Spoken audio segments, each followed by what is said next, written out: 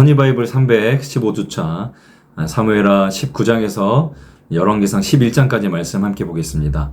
사무엘하는 다윗의 일대기를 중심으로 살펴본 통일 왕국의 역사라고 말씀드렸습니다. 이제 15장에서 19장까지 이어진 다윗의 아들 압살롬 반란 사건의 이제 마지막 부분이 이 19장 사건이 되겠습니다. 이제 사무엘하 19장 다윗의 환궁, 다윗이 예루살렘 다윗성으로 돌아오는 그런 와중에 일어난 여러 가지 에피소드들을 소개하고 있는데요. 아들 잃은 슬픔에 잠긴 다윗을 군대 장관 요압이 설득해서 예루살렘 황궁을 서두르게 됩니다. 혼란 수습에 있어서 내면적인 일처와 화해를 주안점으로 삼고 다윗이 일을 하는데요. 다윗이 압살롬의 반란에 적극 가담했던 유다 지파 사람들을 설득하고 반란 군장 또 아마사를 요압 대신 군대 장관으로 삼게 되는데요. 이것은 아마도 압살롬을 죽인 요압이 압살롬 죽인 것에 대해서 개인적인 감정이 담겼을 것이다 라고 생각하면 될 것 같고요. 자신을 비방했던 시므이에 대해서도 관용을 베풀고 또 무비보셋을 만나서 포용을 하게 됩니다. 도피 시절 자신을 도와주었던 이 바르실레에 대해서는 감사를 표현하고 있죠. 다윗 황궁과 관련해서 유다 지파가 주도적으로 이 일을 행하니까 이스라엘 사람들이 이 주도권에 대해서 다툼을 하게 되는 그런 일들이 벌어집니다. 사무엘하 20장 세바의 반역.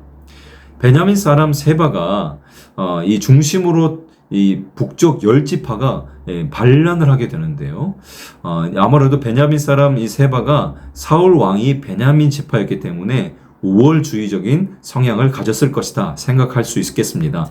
다윗의 황궁과 아마사에게 세바를 반란하라 이렇게 진압을 명령을 하는데요.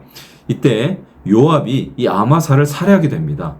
다윗의 아마사 등용은 잘못된 것이지만 또 요압의 행위 또한 정적 제거에 아주 잘못된 그런 행위라고 볼 수 있겠습니다. 이때 요압이 세바가 도피해 있던 아벨성을 허무로 진압을 하려고 하는데요. 그때 아벨성의 한 지혜로운 여인이 이 성읍 사람들을 설득하고 세바만 죽이고 아벨성은 무사한 채 진압을 하게 되죠. 한 지혜로운 여인이 성읍 사람 전체를 구한 그런 사건이 등장하고 있습니다. 다윗의 행정 조직이 정비되는 내용이 등장하고요. 이 모든 사건을 통해서 다윗의 범죄 이후에 범죄와 그리고 시련이 끊이지 않았음을 볼 수 있고 또 북이스라엘과 남유다의 분열이 초기 증상들이 나타나고 있다라고 볼 수 있겠습니다. 자, 21장에서 24장까지는 다윗의 통치 기간 일어났던 여러 가지 몇 가지 사건들을 소개하고 있는데요. 사무엘하 21장 3년 기근 징계 사건, 사울이 기브온과 이스라엘 간에 맺은 그런 언약이 있었습니다. 이것을 무시하고 기브온 사람들의 피를 흘린 그런 일로 말미암아 다윗 시대에 3년 기근이 임하고 다윗이 사울가의 사람 7사람을 내어줌으로써 이것이 해결되는데요. 이방 족속과 맺은 언약일지라도 하나님의 이름으로 맺은 그 언약은 반드시 지켜야 함을 볼 수 있겠습니다. 블레셋과 전투에서 용맹을 다친 다윗의 용사들이 소개되고요. 다윗 통치에 역사하신 그 하나님에 대해서 특별히 이제 블레셋 장수들은 거인이고 용사였으나 하나님께서 다윗의 용사들을 통해서 이기게 하셨다라는 것을 알 수 있겠죠. 사무엘하 22장 다윗의 찬양시. 환난 속에 자신을 구원하신 하나님은 하늘과 땅의 모든 피조물을 다스리는 권세와 능력의 하나님이심을 노래하고요. 여호와의 도와 규례와 율법을 순종하며 하나님의 은총과 자비를 받게 되었음을 노래하고 있습니다. 다윗을 구원하신 하나님은 후손에게 영원토록 인자를 베푸시는 하나님이심을 노래하고 있고요. 여기에서 기름 부음 받은 자나 다윗의 후손은 궁극적으로 예수 그리스도를 의미하고 있다라고 보시면 되겠습니다. 사무엘하 22장 2절의 3절 말씀인데요. 이르되 여호와는 나의 반석이시오 나의 요새시오 나를 위하여 나를 건지시는 이시오 내가 피할 나의 반석의 하나님이시오 나의 방패시오 나의 구원의 뿌리시오 나의 높은 망대이시오 그에게 피할 나의 피난처시오 나의 구원자시라 나를 폭력에서 구원하셨도다. 이 말씀은 시편 18편에도 기록되어 있는 말씀으로 나의 무엇이요 나의 하나님으로 고백하는 다윗이 얼마나 주님과 친밀한 관계에 있었는가라는 것을 볼 수 있겠습니다. 우리의 삶도 그렇게 되기를 소망합니다. 사무엘하 23장 다윗의 용사들, 다윗의 마지막 말이 등장하는데요. 오실 그리스도에 대한 찬양과 메시아 왕국의 도래에 대한 여러 가지 공의의 실현을 갈망하는 찬양시가 등장합니다. 다윗과 그의 나라, 그것이 충성한 37명의 용사가 등장하는데요. 그 중에서 두드러진 활약을 보인 첫 3인의 용사 요셉 바세벳, 그리고 엘라살 삼마, 그리고 둘째 3인의 용사 아비세 브나야, 또 한 사람 익명의 용사, 그 외에 30인의 용사들, 총 37명의 용사들이 있었다. 이 다윗의 승리에는 다윗의 충성스러운 용사들과 백성들이 있었음을 잊지 말아야 할 것입니다. 사무엘하 24장 다윗의 인구조사를 하게 되는 그 범죄를 하게 되는데요. 이것이 왜 범죄인가? 이것이 다윗 왕국의 힘을 과시하고 또 하나님보다 더 이것을 의지하고자 하는 마음이 있었기 때문에 범죄가 되는 것입니다. 다윗의 범죄에 대한 하나님의 징계가 있는데요. 선지자를 통해서 세 가지 중에 하나를 택하라 라고 말씀하시는데 3일간 전염병으로 7만 명이 죽게 되는 그러한 일이 일어납니다. 이때 다윗이 아라우나의 타작마당, 이곳이 훗날 솔로몬의 성전이 건축된 곳인데요. 이곳에서 번제와 화목제를 드림으로 이 재앙이 그치게 되죠. 교만은 패망의 선봉임을 기억하며 다윗 역시도 허물 많은 죄인임을, 의인은 없나니 하나도 없다라는 주님의 말씀이 생각납니다. 꼭 예수 그리스도께서 이 땅에 오셔야 할 것임을 암시하는 그러한 다윗의 마지막 생애의 또 말들이기도 합니다.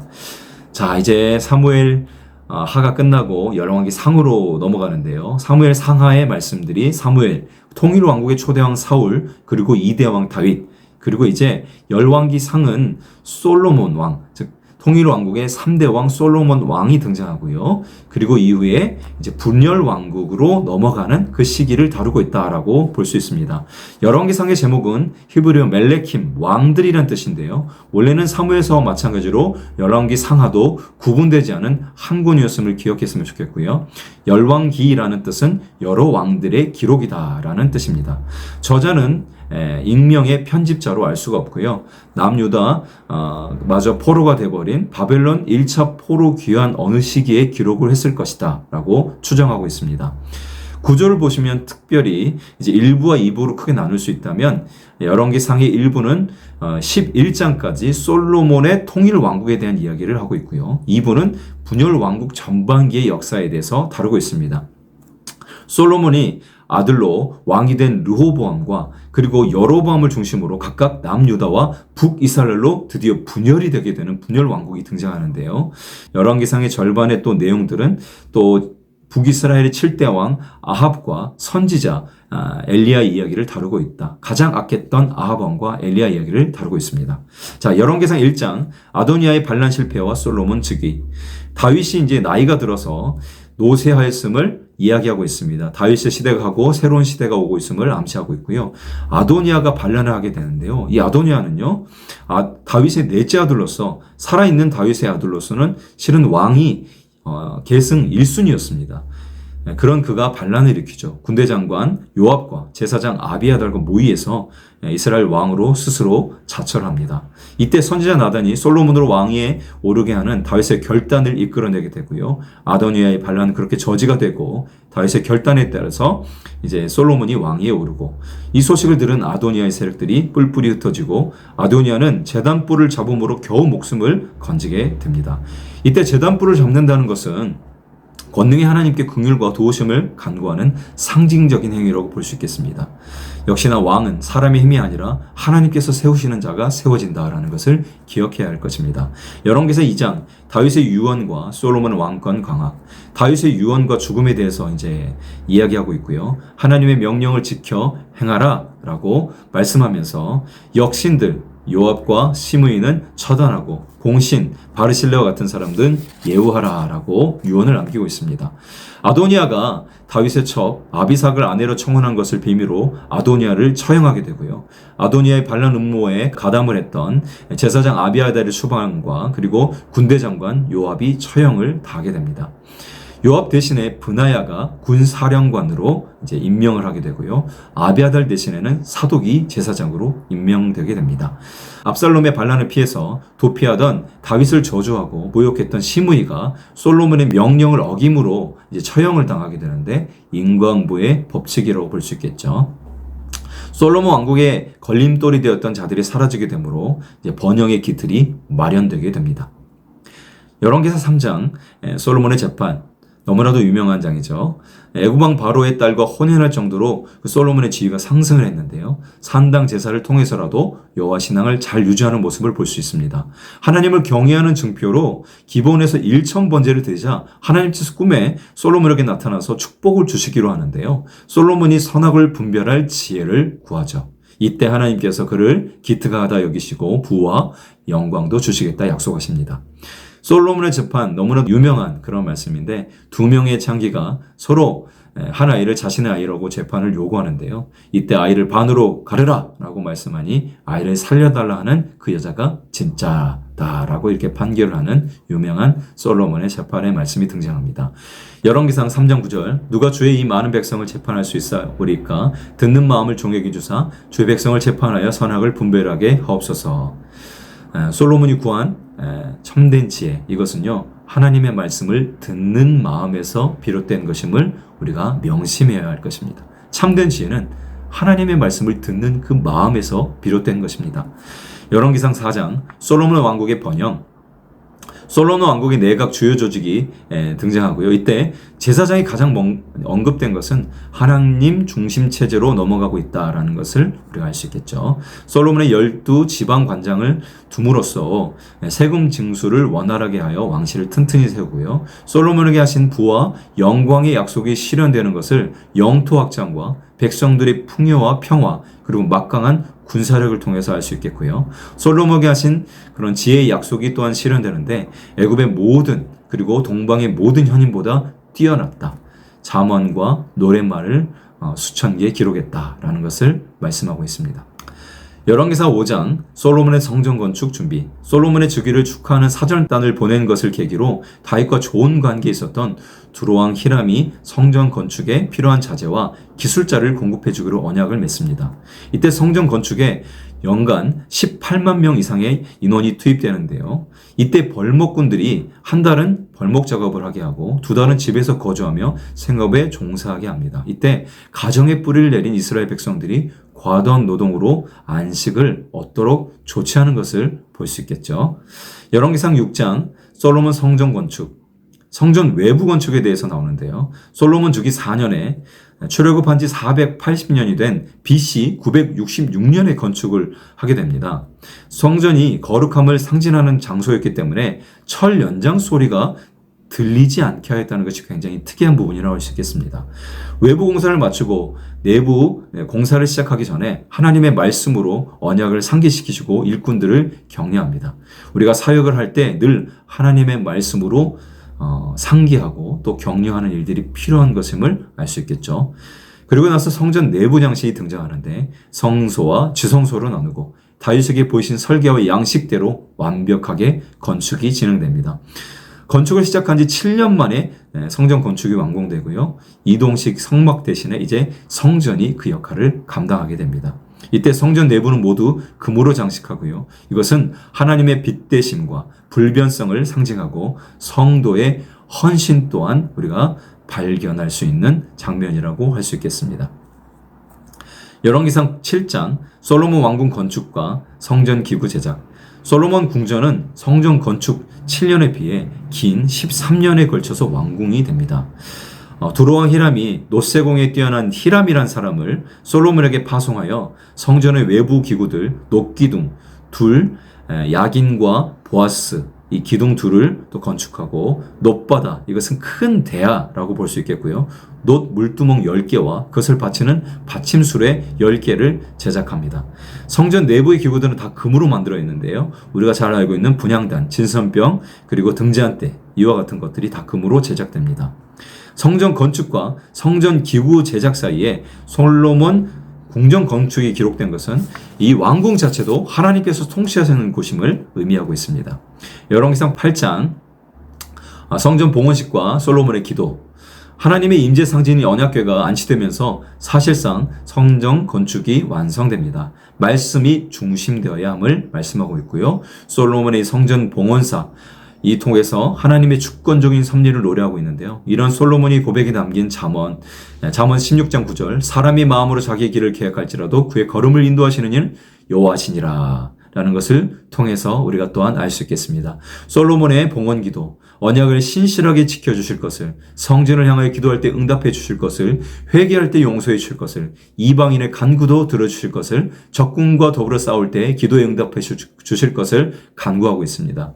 솔로몬의 축복과 성전 봉헌식이 진행되고요. 열왕기상 9장 솔로몬 언약과 업적, 성전을 향한 약속이 있는데요. 열왕기상 9장 3절 여호와께서 그에게 이르시되 내 기도와 내가 내 앞에서 간구한 바를 내가 들었은즉 나는 내가 건축한 이 성전을 구별하여 거룩하게 구별하여 내 이름을 영원히 그곳에 두며 내 눈길과 내 마음이 항상 거기에 있으리니. 아멘. 봉헌을 마치자 하나님의 말씀이 임하는데요. 명령에 순종하면 다윗 언약을 지켜서 영원히 견고하게 왕위를 지킬 것이다. 그러나 불순종하면 멸망하게 될 것이다. 솔로몬의 건축 사업과 대외 무역 사업이 활발하게 일어났음을 소개하고 있고요. 이런 화려한 업적들은 결국 솔로몬의 타락과 이러한 범죄의 도화선이 되게 됩니다. 너무나도 안타깝게 말이죠. 열왕기상 10장 솔로몬의 부와 명성에 대해서 소개하고 있습니다. 솔로몬의 명성을 직접 확인하기 위해서 먼 길을 온 이 스바 여왕이 솔로몬의 지하가 절정에 이르렀음을 확인하게 되고요. 은을 돌같이 여길 정도로, 모든 것을 금으로 만들 정도로, 또 열왕들이 조공을 바칠 정도로, 또 수많은 병과 마병을 두었다는 것은 솔로몬의 부와 솔로몬이 얼마나 강성했는가를 보여주고 있습니다. 이는 솔로몬이 그만큼 타락의 일로 들러서고 있음을 또한 발견할 수 있는데요. 무거운 세금을 부과하고 군사력을 내세워 자기를 높이고 있는 솔로몬의 모습을 볼 수 있기 때문에 그렇습니다. 열왕기상 11장 솔로몬의 타락과 죽음, 솔로몬의 불순종을 극단적으로 보여주는 이방 여인과의 결혼들이 많이 등장하고요. 이로 인한 우상 숭배가 이루어졌음을 알 수 있습니다. 1천여 명에 이르는 왕비와 후궁들, 너무나도 솔로몬이 얼마나 그의 말로가 이제 비참하게 끝나는지 우리가 알 수 있는 그런 본문인데요. 하나님의 두 번의 경고에도 우상을 섬기자 그의 왕국을 빼앗아 신하에게 줄 것을 말씀하십니다. 증노 중에도 궁유를 잊지 않으시고 다윗 언약대로 한 지파는 아들에게 줄 것임을 또한 약속하시는데요. 이것은 르호보암 때 여로보암으로 인해서 남유다와 북이스라엘로 나뉘는 것으로 성취가 됩니다. 솔로몬을 대적한 두 사람, 에돔 사람 하닷과 소바 사람 르손이 등장하고요. 계속해서 그의 대적들이 등장하고 하나님께서 그들을 솔로몬을 심판하는 도구로 사용하시며 이제 마지막 여로보암의 반역이 등장하는데 에브라임 사람으로 솔로몬에게 인정받던 자 여로보암, 그는 하나님께서 선지자 아이야를 통해서 여로보암이 이스라엘 10지파의 왕으로 세우실 것을 알리게 되고요. 이는 솔로몬 사후에야 주실 것임에 여로보암의 1차 반역은 성공을 거두지 못하고 애굽으로 피신을 해 있어야 했습니다. 솔로몬의 화려한 40년 통치에 비해 초라한 죽음의 모습이 말씀되고 있고요. 아들 르호보암이 대신 왕이 됩니다. 이제 12장부터는 통일 왕국의 역사가 끝나게 되고요. 남유다와 북이스라엘로 분열된 분열 왕국의 역사가 시작됩니다. 이제 솔로몬의 아들 르호보암을 통해서 남유다 왕국이 지속되고요. 또 이제 여로보암의 반역을 통해서 10지파와 함께 북이스라엘로 나누게 되는 그런 안타까운 역사, 분열 왕국의 역사가 12장부터 계속되겠습니다. 계속해서 꿀송이보다 더 단 하나님의 말씀을 읽어가면서 이제 분열 왕국의 역사들을 계속 우리가 보도록 하겠습니다. 자, 한 주간도 하나님의 말씀과 화이팅!